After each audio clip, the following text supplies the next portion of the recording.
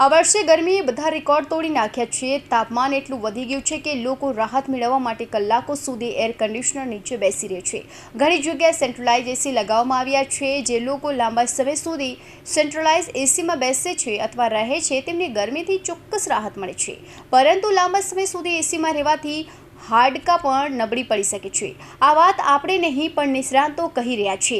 નિષ્ણાતોએ કહે છે કે ઉનાળામાં દરેક વ્યક્તિ ઠંડક ઈચ્છે છે। ઘણા લોકો લાંબા સમય સુધી એસી રૂમમાં રહે છે, જે હાડકાં માટે સારું નથી। એક્સપર્ટના અનુસાર લાંબા સમય સુધી એસીમાં રહેવું તમારા હાડકાં માટે હાનિકારક સાબિત થઈ શકે છે। લાંબા સમય સુધી ઓછા તાપમાનમાં રહેવાથી હાડકાં નબળા પડી શકે છે અને સાંધાના દુખાવાની સમસ્યા પણ વધી શકે છે।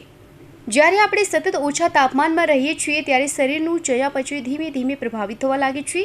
આનાથી હાડકાંમાં લોહીનો પ્રભાવ ઓછો થઈ શકે છે, જે હાડકાંને મજબૂત બનાવવા માટે જરૂરી પોષણ ઘટાડે છે। લાંબા સમય સુધી આ સ્થિતિમાં રહેવાથી હાડકાંમાં નબળાઈ આવે છે અને સાંધોનો દુખાવો પણ વધે છે। ઉનાળામાં હાડકાંને મજબૂત રાખવા માટે પુષ્કળ પ્રમાણમાં પાણી પીવું। ઉનાળામાં શરીરને હાઇડ્રેટ રાખવું ખૂબ જ મહત્વપૂર્ણ હોય છે। પાણી શરીરના ચયાપચયને સંતુલિત રાખે છે અને હાડકાં માટે જરૂરી ખનિજોનું સંતુલન જાળવી રાખે છે। હાડકાંઓને મજબૂત રાખવા માટે કેલ્શિયમ ખૂબ જ મહત્વપૂર્ણ હોય છે। આ ઉપરાંત દહીં, પનીર અને અન્ય ડેરી ઉત્પાદકો પણ હાડકાં માટે ફાયદાકારક સાબિત થઈ શકે છે। લીલા શાકભાજી ખાઓ। પાલક, બ્રોકોલી જેવા લીલા શાકભાજીમાં પણ પુષ્કળ પ્રમાણમાં કેલ્શિયમ, આયરન અને જરૂરી પોષક તત્વો હોય છે।